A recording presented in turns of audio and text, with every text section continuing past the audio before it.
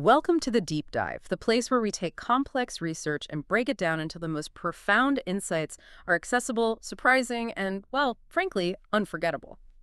Today, we have one of the most ambitious missions we've ever tackled. We're going to be charting the intellectual energy of human civilization across 3 millennia. It's a spectacular task, it really is. We are diving into a stack of source material that analyzes over 300 of the greatest intellectual giants. The figures who fundamentally shaped how humanity thinks, imagines, and builds. Great, and we're not just listing names from a history book here. No, not at all. We're searching for the deep hidden structural laws that, govern human progress. Exactly. Our source material is based on 4 intricate papers. They detail the history of intellectual giants across 3 critical categories: literary, philosophical, and scientific giants. And it all culminates in this powerful synthesis paper that connects them all. And we should say right up front, the core analysis, which really provides the framework for this whole exploration, comes from the extensive quantified work of Levny Moten, PhD, of N5 Digital, Inc. Yes, and the mission for you, the listener, is essential to understand the pulse of human creativity. Because Dr. Nemoten's central argument is, it's pretty radical. That's revolutionary, really. The idea is that intellectual progress is not a smooth, continuous line of ever-increasing knowledge. No. Instead, it emerges in these sudden, synchronized waves of intense concentration. He calls this extraordinary convergence of creative capacity the Triad of human genius. It's the ultimate aha moment for civilization, and it suggests that the great explosions of human potential, the golden ages, they aren't random events, they're moments of intellectual resonance. That's right. So we're going to structure this deep dive by first treating those 3 domains, literature, philosophy, and science, separately.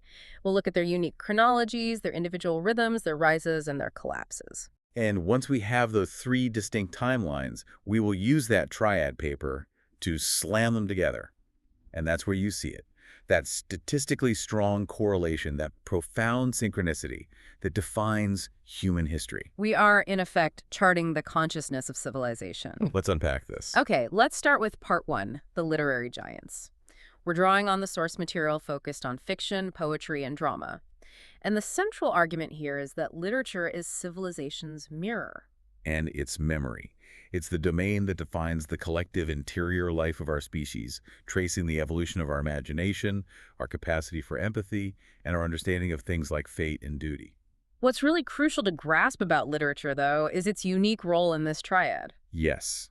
Unlike philosophy, which deals in, structured systems of thought, or science, which is all about verifiable discovery, literature translates that pure, messy, lived human experience into narrative, into emotion, into metaphor. It's the faculty that processes the meaning and the implications of what the other 2 fields are providing. Exactly.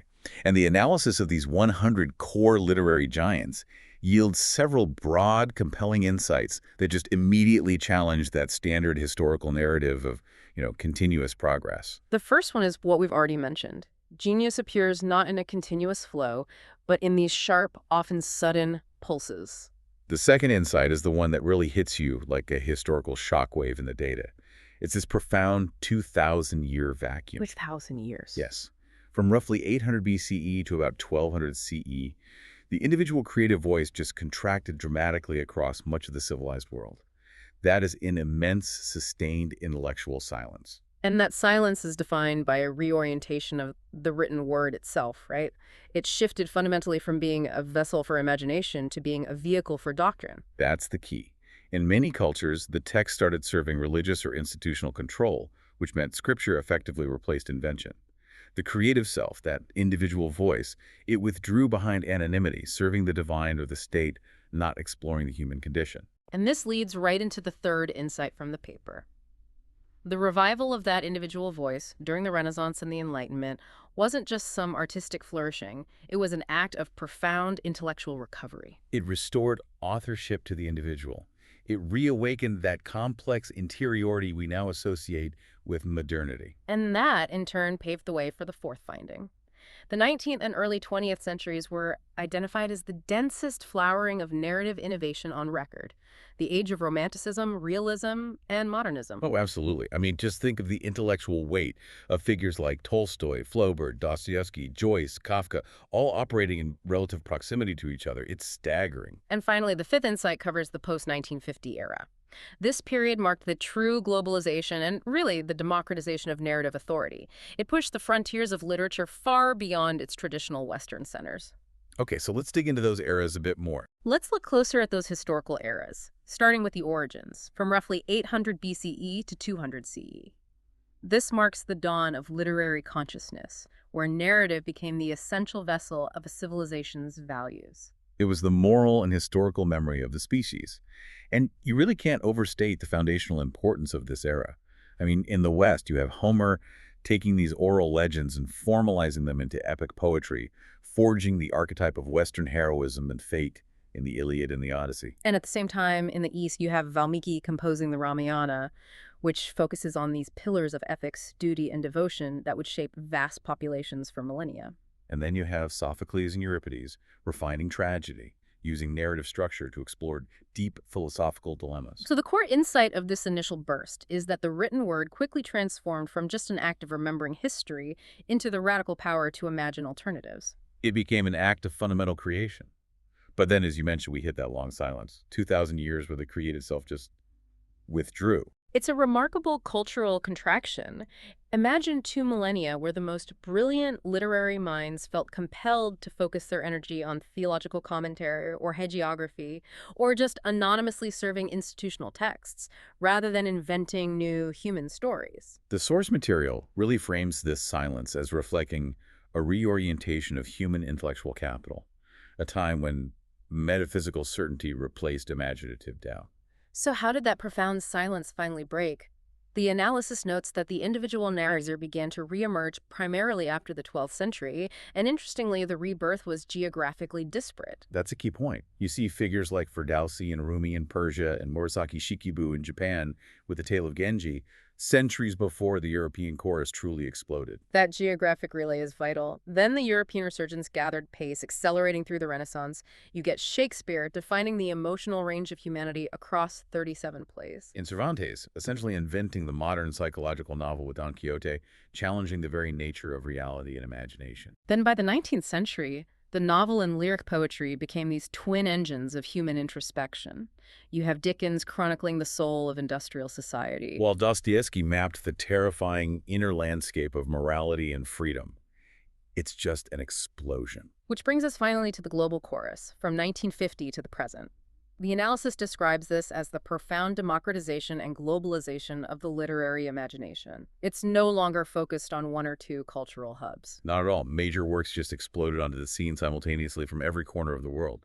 It's true polyphony. A literary explosion rooted in diverse experiences. Absolutely. You see the Latin American boom where Gabriel Garcia Marquez successfully fused myth, history, and magic into this universal metaphor, giving us magical realism as a literary mode. You have Achebe and Ngugi wa Thiong'o reclaiming narrative from colonial languages in Africa. And you have Asian writers like Murakami and Ishiguro fusing East-West sensibilities. Yeah. And of course, the explosive expansion of women's voices, Morrison, Atwood, and Dici, expanding the moral and ethical range of modern fiction.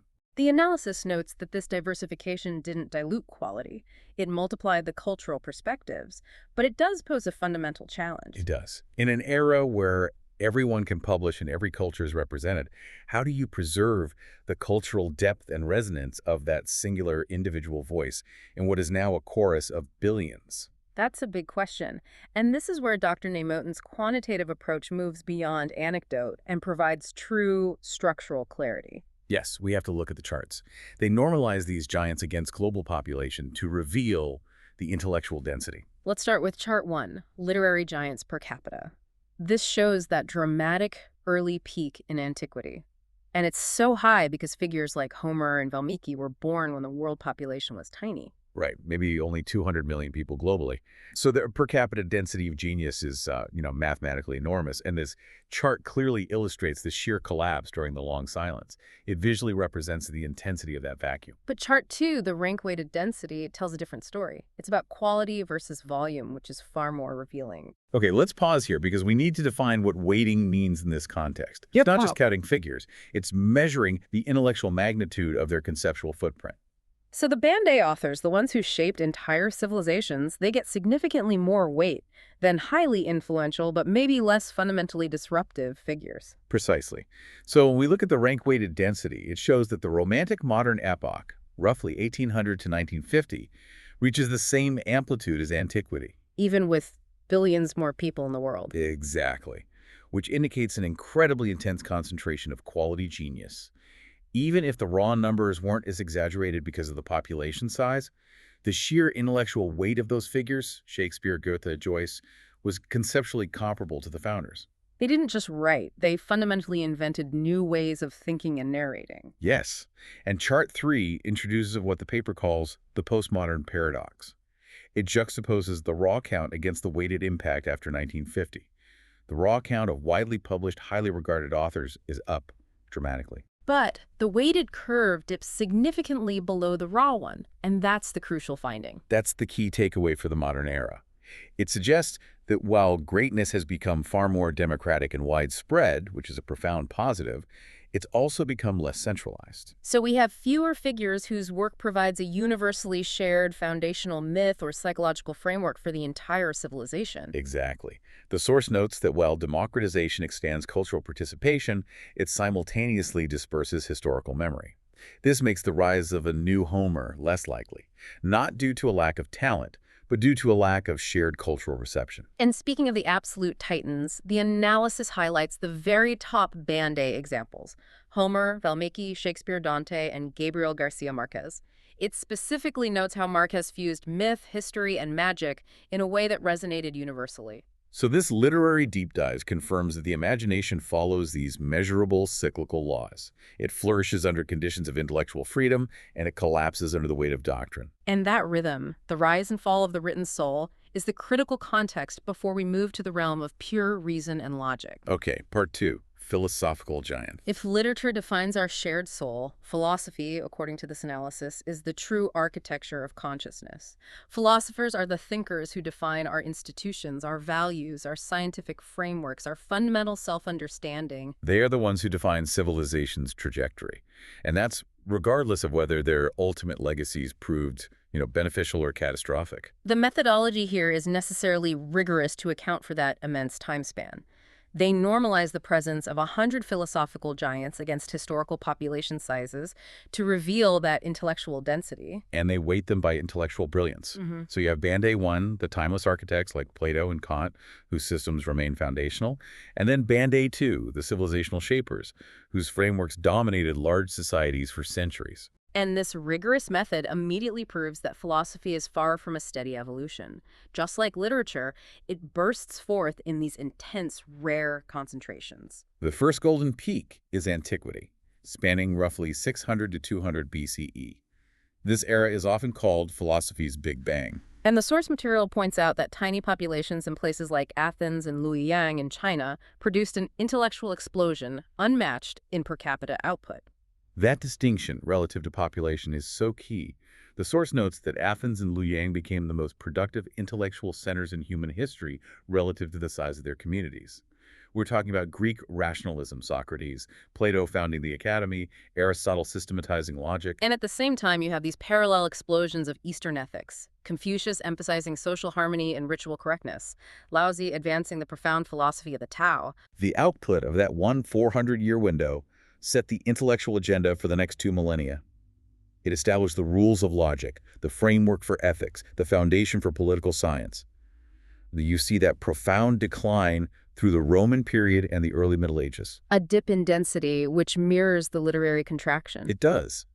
However, the Middle Ages, while lacking in groundbreaking new philosophical systems, were absolutely crucial for preservation and synthesis. The density dipped, but figures like Augustine framed Christian history through Platonic lenses. And Thomas Aquinas later performed this heroic intellectual feat, merging the rediscovered logic of Aristotle with Christian doctrine, which shaped Western thought for centuries. And we have to emphasize the role of the Islamic Golden Age. That period, from roughly the 8th to the 12th centuries, saw intense intellectual activity. Avicenna, Averroes, and Al-Ghazali, they were the custodians of classical reason. They ensured the works of Aristotle and Plato were preserved, commented upon, and extended. They were the crucial bridge. The crucial bridge that allowed the next peak to happen. Which brings us to the second golden peak. This hit during the Enlightenment and modern Europe, from 1600 to 1900. And here, philosophy surged again, statistically matching antiquity in per capita density despite the world having vastly larger populations. The intellectual landscape shifted from theology and synthesis back to foundational inquiry. Thinkers like Descartes, with his methodological skepticism, crystallized in cogito ergo sum. And Locke, who defined modern liberalism, rights, and empiricism. They truly define the modern self and the modern state. And the apex of this peak is just undeniable, Immanuel Kant. He revolutionized both epistemology, how we know what we know, and ethics with his three critiques. He defined the limits and capabilities of human reason. We also have to note the inclusion of Charles Darwin here. While he's a scientist, his work on natural selection so fundamentally dissolved the boundary between humanity and nature, challenging religious and moral frameworks, that the source material places him firmly in the philosophical cohort as well. Yes, his work required philosophy to completely rewrite its definition of humanity's place in the cosmos. So, looking forward into the 20th century, we see that pattern of dispersion and dilution again, mirroring the literary findings. It does. Modern philosophy is broader, it's global, and it's highly specialized. You see that dramatic division between analytic philosophy focusing on logic and language, Russell, Wittgenstein, and continental philosophy focusing on phenomenology, politics, existence, so Heidegger, Arndt, Beauvoir. And the sheer scale of global population growth diluted that per capita density. Right. The raw number of people studying and writing philosophy is higher than ever. But the analysis concludes that this results in more specialized brilliance and fewer truly world-shaping giants whose ideas restructure the entire trajectory of civilization. So philosophy, like literature, seems to emerge in these rare, intense, universal bursts, not specialized, steady production. That's the finding. Now, before we move on, we have to address the special note the source material dedicates to one figure due to the necessity of accurate historical accounting. Karl Marx. A highly controversial inclusion. It is, and Dr. Nemotin is explicit about this. Marx is placed in Band A2, Civilizational Shapers, only because of the sheer scale and profound nature of his societal influence. Specifically, his theory of historical materialism, which structured major political and economic systems for over a century. So the inclusion is based purely on the historical imprint of the idea. Purely. And as a necessary point of impartial reporting on the source content, the author is also absolutely clear in his personal judgment. He sees Marx's legacy as catastrophic and destructive, fueling regimes that murdered millions and shackled intellectual freedom. So the author explicitly states that he views Marx not as a star in the constellation of genuine philosophy, but as a shadow. A shadow. Proof that powerful, totalizing ideas can deform society just as well as enlighten it. And this point is critical for understanding the methodology. Philosophical influence is measured by its trajectory-defining power, whether that power is positive or negative. Which means the true Band A1 architects, the ones who aimed for illumination and laid the foundations for ethical thought, remain Aristotle, Plato, Immanuel Kant, and Confucius. The absolute giants whose insights continue to define the human search for meaning. Okay, so we have the literary giants defining our soul and memory, and the philosophical giants defining our mind and values. Now we transition to the domain of action, capability, and the material world, science. Part 3.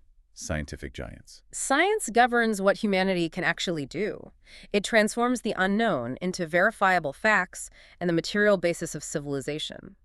This paper focuses on figures whose discoveries resulted in transformative understanding, civilizational betterment, and durability. Lasting, positive change that expands human capability and reach.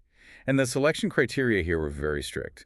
Unlike the philosophical cohort, the study explicitly excluded pseudoscientific or destructive figures. Right. Science is measured by its positive expansion of capability. If the philosopher asks the ultimate abstract why, the scientist answers the verifiable material how. Exactly.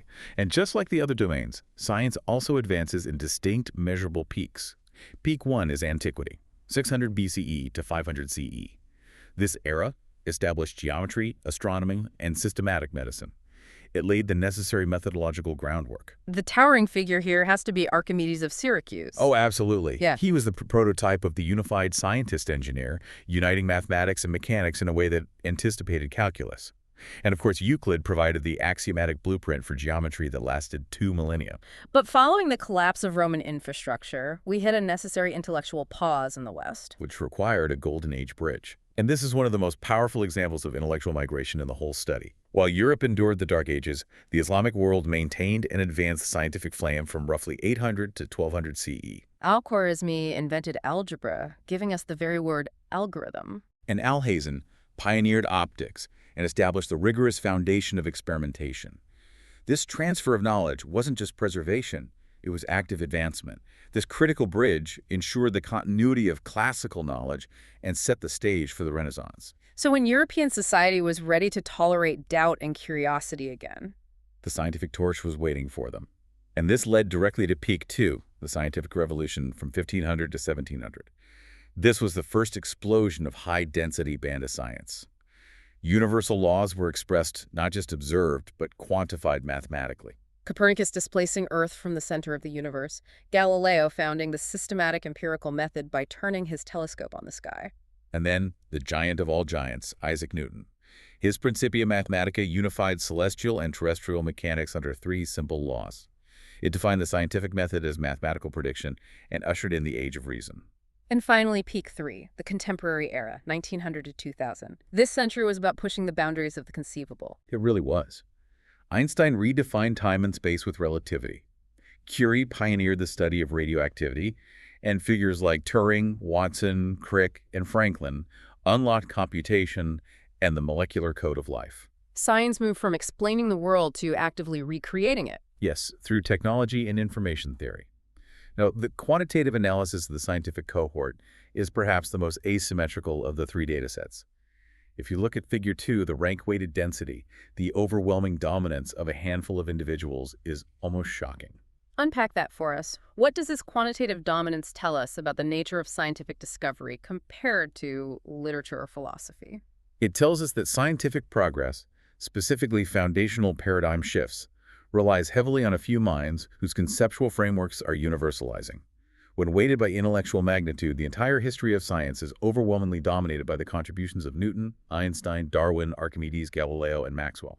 So their insights are so durable and universal that they account for centuries of progress. Exactly.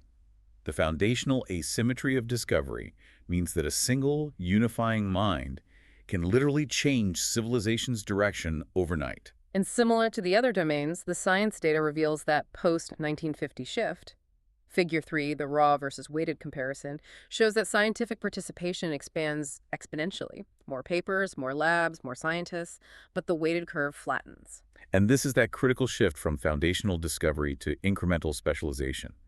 We're seeing massive progress, but much of it is applying established paradigms like relativity or quantum mechanics, rather than inventing entirely new ones. So innovation without paradigm shifts produces progress and refinement, but not true transformation. That's what the source material suggests. We have fewer individual Einsteins or Newtons and vastly more hyper-specialized professionals collaborating in teams. We also see that clear pattern of regional succession in science, confirming that intellectual energy is mobile. It migrated from Greece to the Islamic Golden Age to Europe during the Scientific Revolution and finally became global in the 20th century. And that migration is a key structural insight running through all the sources.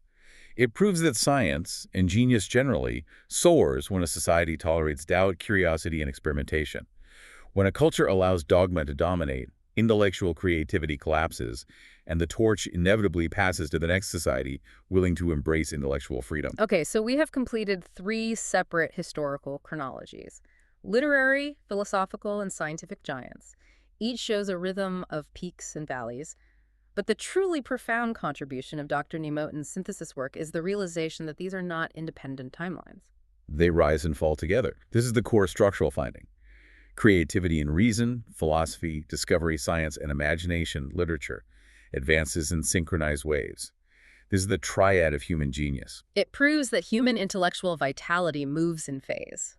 which means the great surges, the Antiquity peak, the Renaissance Enlightenment peak, the modern global peak, they coincide across all three domains. This isn't random coincidence. It reveals a shared, deep rhythm of cultural openness, freedom, and the ease of intellectual exchange. We can define the triad by its systemic functions then. We can. Philosophy provides meaning and orientation. Science provides verification and control. And literature provides empathy and memory. Civilization truly flourishes only when these three faculties are coherent and reinforcing. When Aristotle applied logic to biology, or when Einstein translated mathematical rigor into a moral vision, those are moments of pure, productive fusion. And to move this from a conceptual theory to statistical proof, the study plotted the productive peaks of all 300 thinkers on a shared historical timeline. The result, visually, is stunning. It is. They follow a single, undulating waveform of civilization's intellectual energy, rising and falling in perfect harmony. And the statistical proof is compelling. The correlation among the three datasets is numerically strong, hitting a Pearson coefficient of R equals 0.84. Right. And for the lay listener, how significant is that? Does that mean they're marching in lockstep? For large, complex datasets spanning millennia, a 0.84 correlation is incredibly strong. It means that roughly 70% of the variance in genius production in one field can be explained by the state of the other two fields. They are essentially operating in coordinated rhythm. And the lag between a philosophical peak and a corresponding scientific or literary peak rarely exceeds 1 to 2 generations. Which suggests that causation is powerfully reciprocal. New philosophical ideas quickly provide the conceptual tools for science, which then provides new material for literary exploration, forming this shared momentum. This quantifiable synchrony allows the triad to act as a diagnostic of liberty. When the source material looks at periods of stagnation, like the post-Roman collapse or the highly restrictive scholastic era, we see simultaneous depressions in all three curves. So when intellectual authority constrains expression or forbids doubt, both empirical and imaginative capacities decline together. And conversely, the moment intellectual freedom recovers, all three domains revive almost immediately. The health of civilization in this view can literally be read from the coherence of its thinkers. High coherence equals intellectual renaissance. Low coherence equals stagnation. That provides a terrifying lens through which to view history. Now we have to return to the great quantitative paradox we've seen building across all three fields. When you look at the population-adjusted density across all three fields combined, the true measure of intellectual intensity, the data shows a stark inverted trend. As humanity multiplies exponentially, the per capita incidence of world-changing originality declines. Let's ground this in the numbers that the source material provides, because they are jarring. In the classical age, from 600 to 200 BCE, when the world population was around 200 million people, the mean genius density was 2.4 giants per 100 million people. That was the historical peak of intensity. Okay, now contrast that with the 20th century. The population soars from 1.6 billion to 6 billion, and the mean genius density plummets to 0.8 giants per 100 million. So the question is, why does 8 billion people today produce fewer transcendent Einsteins or Shakespeares per capita than 200 million people did 2,000 years ago? Knowledge is growing exponentially, but genius density is contracting. That structural paradox really challenges our modern sense of progress. Is this a sign of exhaustion, or is it something else? The interpretation offered by the analysis is crucial. It is a reconfiguration, not exhaustion. Early civilizations lacked mass literacy, mass education, and wide communication networks. Intellectual energy was intensely concentrated in small, localized centers: Athens, Florence, Baghdad. And that structure allowed for intensely focused, singular genius. Exactly. So modern society has traded intensity for continuity. What was once embodied in a few polymaths, that singular lightning strike of foundational genius, now unfolds through millions of specialized professionals. This is the institutionalization of knowledge. Correct. And collaborative creativity. We have established complex systems, universities, global research teams, corporations that generate a steady, reliable light of progress, but structurally prevent the kind of profound, individual, universalizing breakthroughs that define those Band-Aid giants. The system is engineered for stability and specialization, not singular transcendence. This quantitative reality leads to the final conceptual synthesis, the resonant law of civilizational creativity. Which is defined as creativity peaks when reflective capacity, philosophy, empirical capacity, science, and expressive capacity, literature, operate in resonance within small, interconnected communities that enjoy freedom of inquiry. The source explains this through a physics analogy, right? It does. Creativity obeys constructive interference. When the three fields oscillate in phase, their amplitudes, their power and reach combine for that extraordinary golden age intensity. When they're out of phase, the interference becomes destructive, leading to stagnation. And this triad system is inherently self-regulating. It is. Philosophy supplies purpose. Science rigorously tests that purpose. And literature monitors the human consequence. Imbalance, say, rampant technology detached from morality, as we saw during parts of the industrial age, causes a system tilt and a decline in coherence until the system self-corrects. So the resonant law is powerful because it suggests that cultural vitality isn't just about money or political stability. It's about intellectual coherence. It's an empirical and moral law of culture that can be measured statistically. And if the measure of civilization's health is the coherence of the triad, then the rarest of individuals are those who embody that coherence themselves. The cross-cohort geniuses. The integrators. They represent less than 5% of the 300 giants in this study, yet they function as civilization's intellectual phase changers. They fuse methods, converting philosophy into scientific method, science into moral systems, and imagination into a form of truth-telling. Let's detail the most powerful examples of this fusion because they show us how the triad functions within a single human mind. We have to start with Aristotle, the prototype of unified knowledge, fusing philosophy and science. Aristotle didn't just study philosophy. He invented the intellectual infrastructure that allows for both philosophy and science to exist systematically. His organon formalized logic, making him the absolute foundation of philosophical reasoning. But he immediately applied that reasoning to the natural world. He founded biology, created taxonomies, conducted empirical observations. He established the indispensable methodological bridge. Yes, transforming speculative thought into organized empirical inquiry.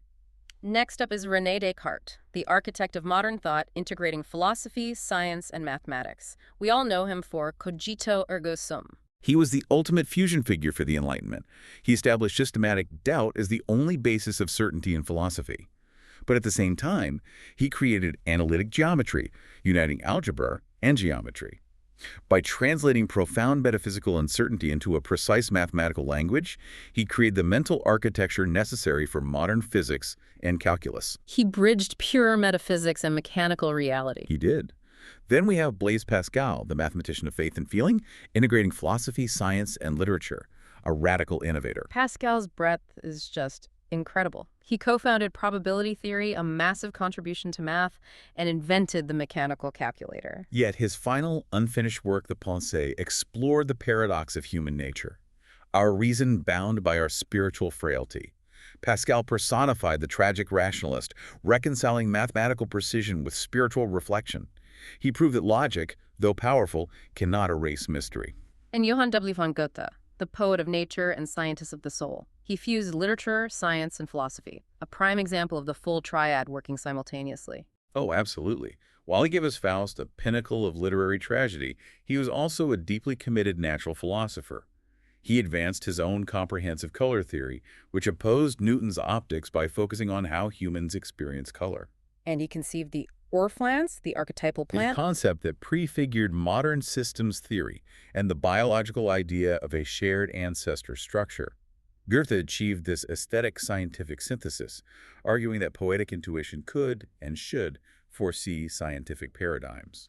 A unique and crucial entry here is Mary Shelley, integrating imagination as scientific conscience, fusing literature, science, and ethics. Shelley wrote Frankenstein, a novel deeply inspired by the contemporary debates on galvanism, electricity, and anatomy. She transformed the boundless scientific optimism of her era into a powerful cautionary myth. Founding the genre of science fiction as a moral warning. Exactly. Her work forced scientific speculation into ethical allegory, making imagination the conscience of discovery and holding science accountable to humanity's spiritual and emotional limits. Moving to the 19th century, we find Charles Darwin, the naturalist who redefined humanity, bridging science and philosophy. Darwin's contribution was purely empirical data collected on voyages, observations of selective breeding. But the resulting theory of natural selection was the single most profound philosophical challenge to the human self-image in millennia. It dissolved the metaphysical boundary between humanity and nature. Completely, demanding a profound reshaping of ethics, theology, and moral thought. He fused meticulous empirical data with vast moral inquiry. Finally, Albert Einstein, the poet-philosopher of physics, integrating science, philosophy, and what the source calls social literature. Einstein's theories of relativity redefined the physical universe, but he also wrote extensively on epistemology, on the unity of physical law, and became this massive moral and cultural voice after World War II. He translated mathematical rigor into ethical compassion, dedicating his later life to promoting peace and intellectual humility. Einstein proves that the greatest intellect attains its full measure only when joined to a profound social conscience. These integrators show individual coherence, but the final section of the analysis explains how the triad functions as a complete system through these continuous systemic causal feedback loops that maintain civilization's health. The first loop is philosophy feeding science. Philosophy supplies the grammar of reasoning, Bacon's empiricism, Descartes' rationalism, which science uses to test reality. Then the reversal. Science feeding philosophy. Discovery compels philosophy to redefine the human condition. Darwin's evolution forced new ethics. Quantum theory challenged philosophical certainty. The laboratory becomes a new metaphysical mirror. Then you have the constant exchange between literature and philosophy. Literature tests ethical systems in the lived emotional experience of characters. Think of Antiquity testing law versus family, or Dostoevsky testing freedom versus morality. And conversely, philosophy, in the hands of giants like Plato, often uses narrative and dialogue to prevent abstraction. It's symbiotic. Without philosophy, literature risks sentimentality. Without literature, philosophy risks becoming inhumanly abstract. And the final loop is between science and literature. Science inspires new genres. Frankenstein, science fiction and literature, explores the ethical frontiers of invention. Orwell, Le Guin. This exchange keeps knowledge humane. The analysis describes this as a closed cognitive loop, the ultimate closed-loop system of human intellectual energy. Philosophy asks why we should. Science shows how we can. And literature reminds us who we are. The coherence of this circulation defines the rise and fall of civilization. So we've covered 3 millennia of human genius, moving from 3 separate histories, the literary, philosophical, and scientific giants identified by Lev Nemotin, to a unified, quantified understanding of human intellectual progress. And the journey reveals that intellectual progress isn't accidental accumulation. It is fundamentally resonance. Civilization advances and achieves its golden ages when reflection, discovery, and expression are in synchronized coherence, state the source material calls intellectual homeostasis. And while this coherence was once concentrated in small city-states and embodied by singular polymaths, today, in the era of 8 billion people and instantaneous digital networks, that resonance is struggling to sustain quality within informational noise. Which leads to the quantitative paradox of contracting genius density. Right. And that brings us to our final provocative thought, one that builds directly on the conclusion of the source material. If the health of civilization is measurable by the coherence of its reflective, empirical, and expressive faculties, how do we ensure that powerful modern systems, artificial intelligence, genetic engineering, mass communication, remain guided by philosophy and illuminated by literature? That is the great challenge of the global era, to maintain the resonant heart of humanity amidst the most powerful technologies ever devised.